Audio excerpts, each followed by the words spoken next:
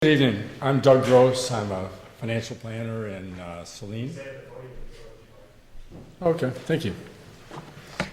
And I'm here to talk about I understand that there's plans to possibly use a bond issue to try to use that as a way to try to cover the costs of retirement benefits and health care and pension benefits. And I would just like to say that, I think that the county needs to be careful about what is the business you're in. And the business is in providing services to the taxpayers. You're not in the investment business. And I think that you take a risk by borrowing money to fund an obligation that you haven't funded as you go along. So I think that you're taking a risk with the taxpayers' funds to say, oh, we're just going to go out and borrow this money and hope we can earn a higher rate of return.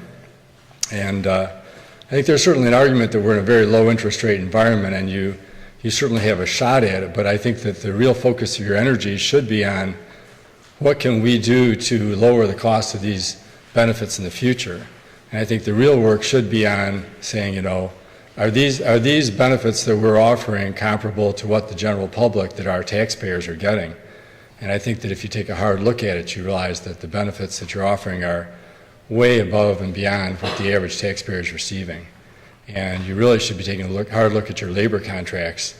And people retiring in their 50s with lifetime pensions that are equivalent to their income are just not sustainable.